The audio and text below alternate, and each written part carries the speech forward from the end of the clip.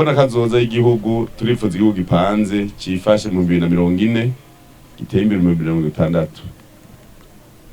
Bidusaba rero gukoresha ingufu nyinshi, umwe wese agira imbono kuri iyo myaka baduhaye. Umwe wese, tuvuze umwe wese ni umwe buramatari, babiri mustanteri, batatu cyangwa bose, umwe wese agira imbono y'ingene yohashika. Ingene yohashika mu rugo rwiwe, ingene yohashika mu mutumba, abakuru mitumba, izo neza kwiyemeza n'umutumba uzobusa gute. Kuko ari abantu bibera ngaho ngo je naje kwisi akaruhuka akarinda akazovaho ataca marisi. Turakeneye kubona Cankuzu, twako turaraba imisozi ya Cankuzu ngene isa neza. Rabi Cankuzu mwatewe iteka ryo kwiba umurwa mukuru wa Buhumuza. Murakeneye kugira ingufu zidasanzwe ya Cankuzu, kugira ngo Cankuzu ibe nziza gusumba, kugira umurwa mukuru wa Buhumuza. Muramenya ko mutunigana burya Bujumbura, urabona ko leta yaze mu mitahe myinshi irubakwa. Gitega n'umurwa mukuru wa Gitega, leta yaze mu mahera menshi irubakwa. Ngozi naho leta atabikorwa byinshi yakoreyeyo, urabona ko ari umuji waduze n'ingoga. Hasigaye umuji wa Buhumuza n'uwa Burunga. Bidusaba ingufu nyinshi kugira iyo yindi miji ntitumire, birashaka kutumira abantu umwe cyangwa ndabo ndigiriye Gitega kubera iki kandi ufite iwanyu ngo ndigiriye Bujumbura.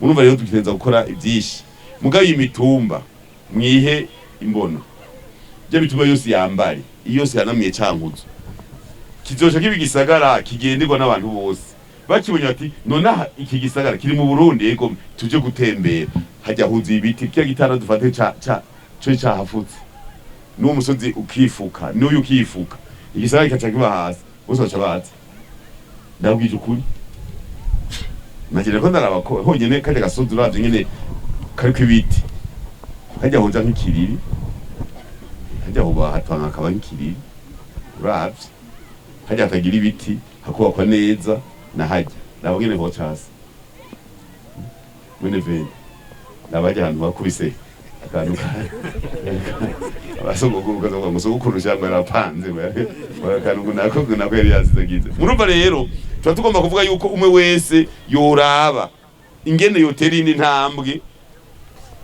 Twe twaratanze umunsi mu kwezi kwa 6 zoca umurongo aho dusaba Umunyamabanga wese kazohinduka. Twavuze tuti ubu munsi ni inama zo muhira ntazi n'amashingiro, umwe wese agira inama muhira n'umukira rugamba wiwe n'ibiswi by'inkona vyiwe. Hanyuma avuga ati tugomba duhinduke twihimbono. Hama muzoje muragira evaluation murabaho mugejeje kuko nituja kubandanya turisamaza nitugira ihangiro twipange kuri kije gutera ibiti naho mumenye basogokuru bavuga bati tugwanira Uburundi n'abuzukuruza. Nishaka kuvuga ngo tugwanira abuzukuruza tiko turahonya ibidukikije kuko ibidukikije turavye miliyoni 14 15 12 hama dufashe urugo rukabamwe abantu batandatu mama na papa n'abana bane dufise ingo imiliyoni 2 mu gihugu. Ingi miliyoni 2 dufashe ku rugo rwose rucana umuganda w'inkwi ku munsi ducana inkwi zingana n'imiliyoni 2 imiganda miliyoni 2 ku munsi umwe. Muce mugwiza n'imisamo ya 335 ni imiganda imiliyoni 730 z'imiganda y'inkwi. None ivyo biti ku mwaka turabitera nimba rero tutera ibiti bingana uko nikuva yuko bizogenda biragabanuka ibiti mu myaka 30 musanga ibiti byose byahonye mu Burundi bimaze guhona n'ubugaragwa. Ubugaragwa buje nta mazi, ata amazi nta buzima. Muce mwe tugwanira abuzukuru n'abuzukuruza tuko turahonye ibiti. Nibaza rero yuko uyu n'umugambi mwiza dushimire leta ku mugambi mwiza we Burundi urambaye heshi biko birakura biratanga kuboneka mugabo heshi biko biraza mugano w'umugambi wacu wo mu mugambi twe tugwiza 5 ivyo leta ikora.